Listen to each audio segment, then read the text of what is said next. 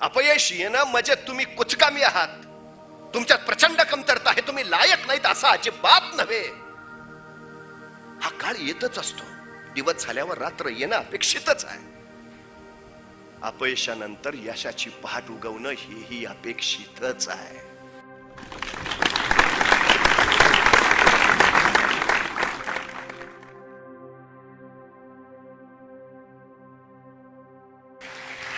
हताश कसले होता, निराश कसले होता?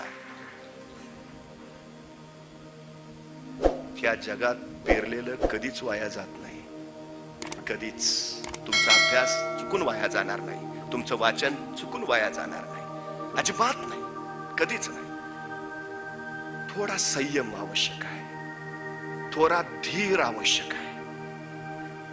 मोठी माणसं तीच जी संयम ठेवतात, पराकुटीचा संयम.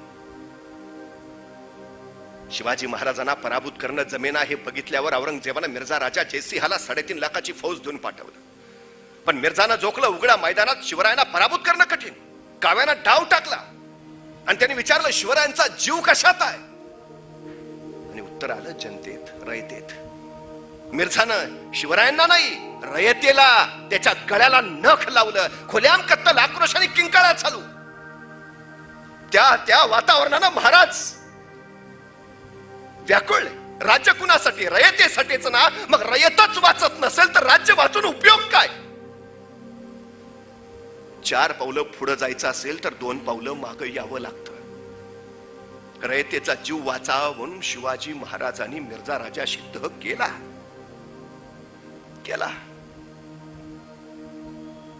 आणि मिर्झा राजाने पहिली अट टाकली, शिवाजी राजे पुरंदरासह 23 किल्ले आमच्या हवाली करा. आणि राजे म्हणाले, मिर्झा, पुरंदरासह 23 किल्ले तुमच्या हवाली केल्यावर आमच्या हाती उरतं काय? हो गे, छोटे मोठे 16 किल्ले, हा तह नव्हे मिर्झा. मिर्झा म्हणाला, शिवाजी राजे पुरंदरासह 23 किल्ले आमच्या हवाली करा. नाईलाज होता, अट मान्य झाली. मिर्झानं दुसरी अट टाकली, आपले पुत्र संभाजी आमच्याकडे ओलीस म्हणून राहतील. अनेक पिता व्याकुळा, नाही मिर्झा, हे राजकारण नव्हे.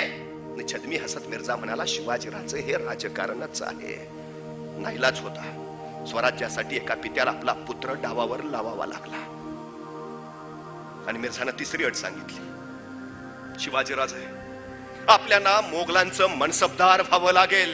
आणि संतापले राजे, मिर्झा, आम्ही तुम्हाला राणा प्रतापाचे वंशज समजत होतो, पण तुम्ही तर औरंग्याचे चाकर निघाला.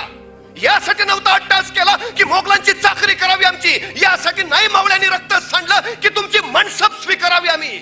मिर्झा, हे कदापि होणे नाही.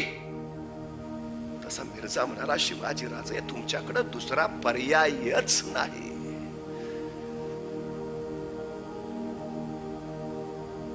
शिवाजी राजे उत्तरले, ठीक, पण आमच्या ऐवजी आमचे पुत्र संभाजी आपले मनसबदार होतील. आणि मिर्झा म्हणाला, हुशार आहात, पण फक्त संभाजी राजेच नाही, आपण ही मोगली सल्तनतीचे मनसबदार व्हाल. आणि शिवरायांना व्हावं लागलं.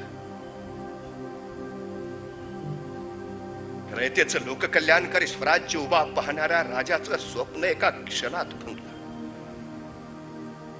मोगली सल्तनती पुढे आपल्या समशेरी ठेवणाऱ्या आणि सल्तनतीसाठीच आपला पराक्रम गाजवणाऱ्या त्या वृत्तीला छेद देऊन इथल्या रानावनात उगवलेल्या माणसांच्या सामर्थ्याची, क्षमतेची त्यांना जाणीव करून देऊन कष्टकरी कामकऱ्यांचं राज्य उभा करू पाहणाऱ्या शिवाजी राजांचं स्वप्न भंगलं.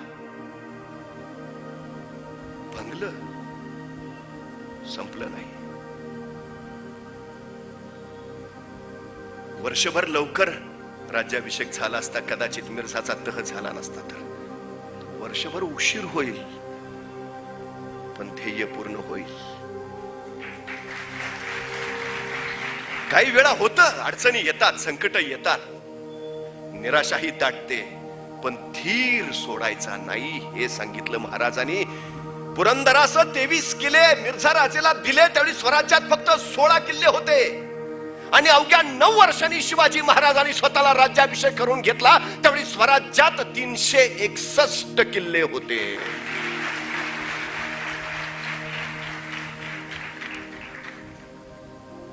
जे घडतं ते चांगल्यासाठी घडतं. ते द्यावे लागले म्हणून तर महाराजांनी अतिव उर्मीनं 361 किल्ले ताब्यात घेतले. अपयश तुम्हाला माग पाडायला नाही, तुम्हाला पुढं ढकलायला येत असत. अनुभवच्या बळावर समृद्ध करत असत. ती अपरिहार्यता आहे. अपयश येणं म्हणजे तुम्ही कुचकामी आहात, तुमच्यात प्रचंड कमतरता आहे, तुम्ही लायक नाहीत असं अजिबात नव्हे. हा काळ येतच असतो. दिवस झाल्यावर रात्र येणं अपेक्षितच आहे. अपयशानंतर यशाची पहाट उगवणं हेही अपेक्षितच आहे. आणि ती पहाट येतेच. फक्त रात्रीचा काळोख सरायची वाट पाहता यायला हवी, तेवढा धीर धरायला यायला हवा. काय काय लोक माघार कधी घेतात माहितीये का? ध्येय अगदी 4 पावलावर असतं, तिथनच माघारी फिरतात. नंतर कळतो थोडंच राहिलं. सातत्य. 5 किलोमीटरची शर्यत जिंकणाऱ्या एका विजेत्याला विचारलं तुझ्या यशाचं रहस्य काय? तो म्हटला मी थांबलो नाही. अप्रतिम उत्तर आहे. का जिंकलो? मी थांबलो नाही.